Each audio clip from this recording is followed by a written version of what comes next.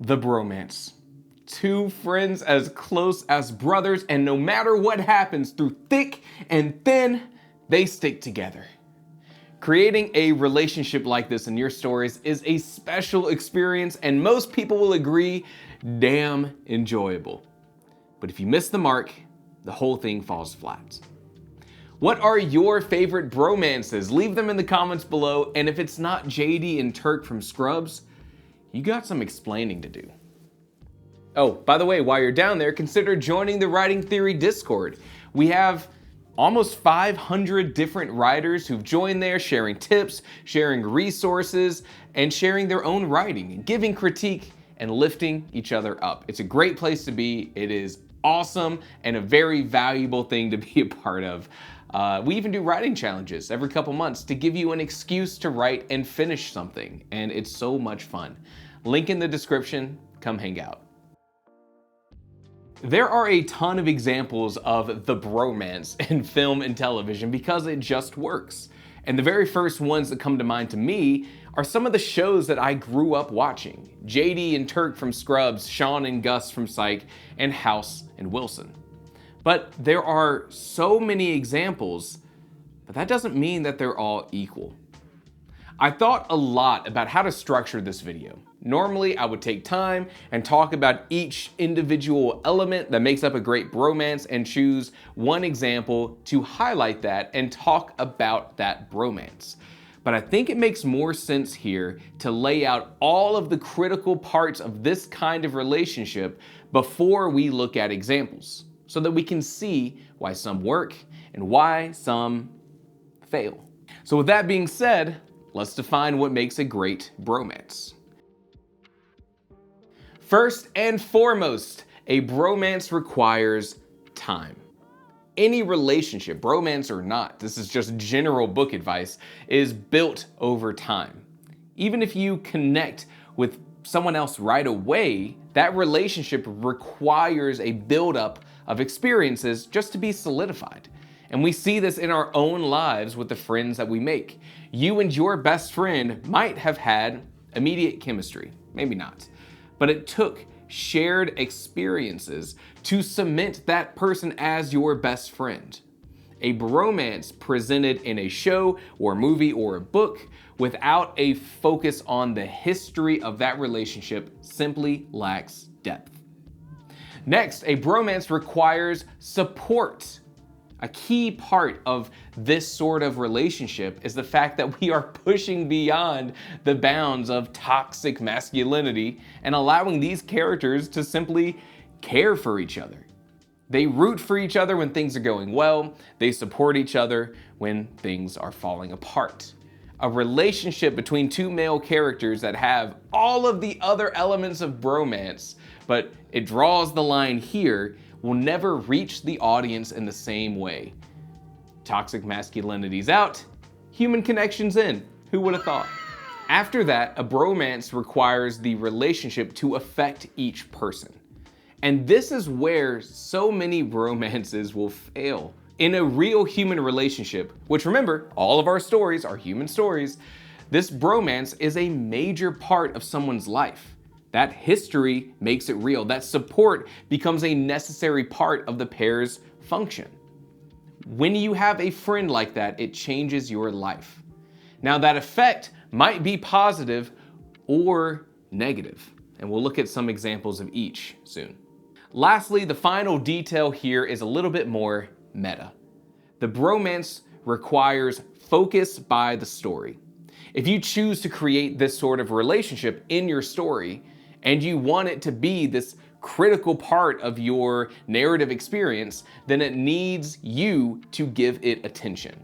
Even if you plan your characters out with all of the right elements, not giving it focus in your story in the right way means that the reader doesn't get that reading experience. Now that we understand these four kind of critical elements to a good bromance, let's look at some examples, starting with one of my favorites. I'll be right over, buddy. Thanks. Milkshakes.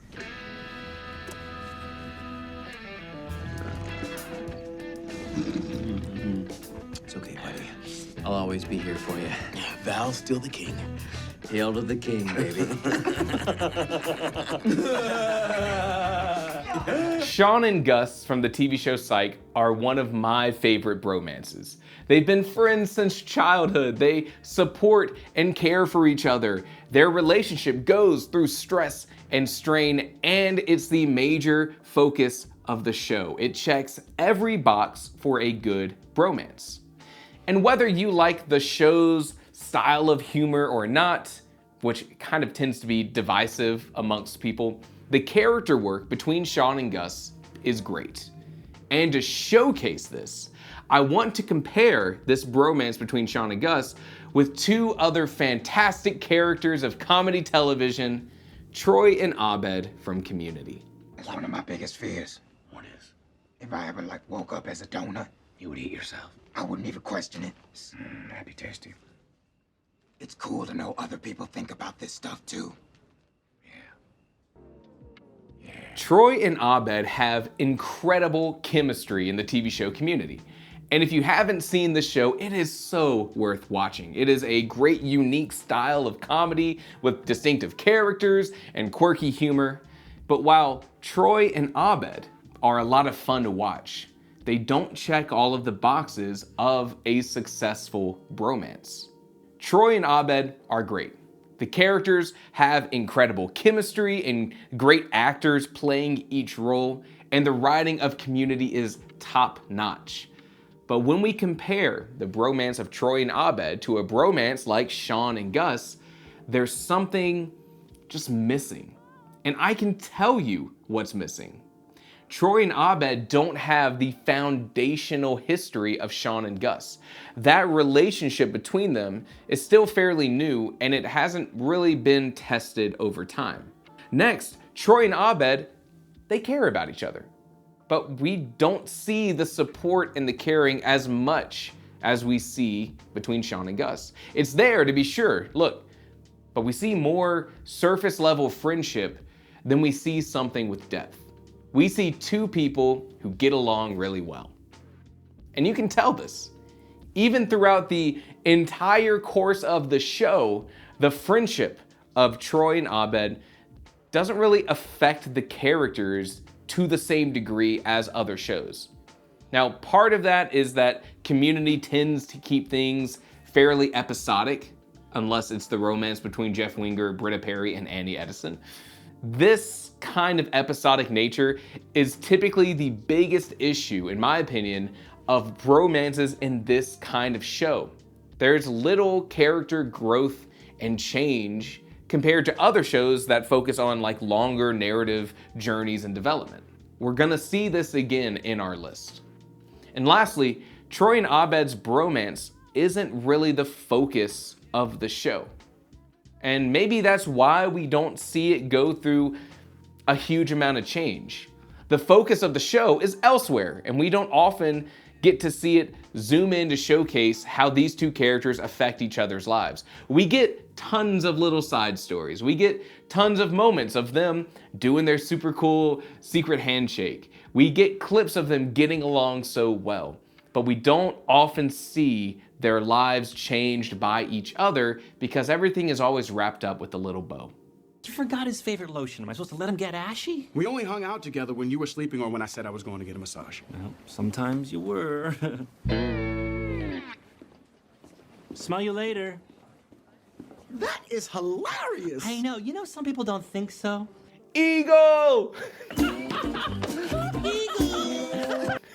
If you ask most people, one of the best bromances out there in the world is Turk and JD from Scrubs, and there's very good reason for it. You can almost use this relationship as a template for creating a very satisfying and fun bromance in your own stories. Turk and JD are a great depiction of what this kind of thing can be if done well. Turk and JD have history. They went to college together, they were roommates. And they were roommates. Oh my God, they were roommates. And they've stuck together ever since. Also, this might be the first bromance to truly push beyond the idea of some boundary of toxic masculinity, and the characters actively, clearly care for each other. In every single episode, they show that. They root for each other when things are going well, and they are there for each other when things are going poorly. That support is a critical part of their relationship together. And another thing I want to point out here is that their friendship is tested on the show frequently. It isn't like most of Community, where Troy and Abed only rarely have issues or like true disagreements. Turk and JD disagree like real friends would. JD harbors resentment for years because Turk slept with his girlfriend in college, which Turk doesn't agree with.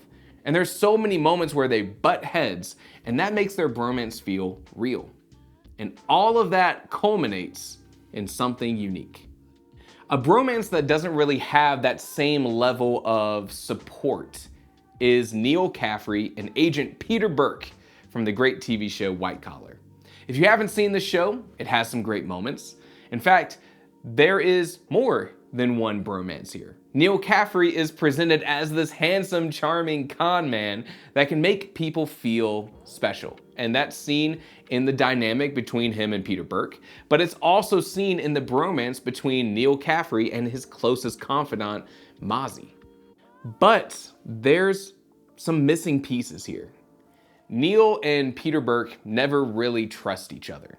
They rarely support each other without at least ulterior motives. Neil and Mozzie, on the other hand, suffer from a different issue. Mozzie is always supportive of Neil Caffrey, following him across the globe. And yet by the end of the show, you almost feel like Neil was just using Mozzie more than anything. Yes, they were friends. Yes, they supported each other.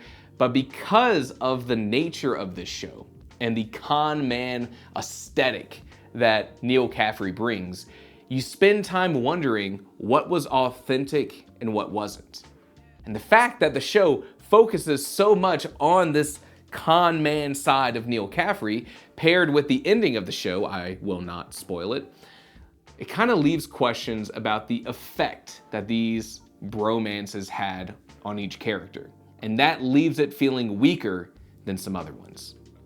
Now you might notice that there are a couple of characters that I haven't mentioned regarding bromances. Chandler and Joey from Friends, or Marshall and Ted from How I Met Your Mother.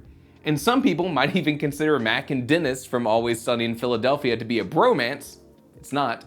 In fact, a lot of these sort of ensemble shows with a larger cast of characters, the bromance in these shows doesn't feel as big as other shows. And that's because the focus of the show is split in so many other ways. Look, I get it, this is kind of meta, but that's what this channel's about, breaking down stories in this meta way so you can make better ones.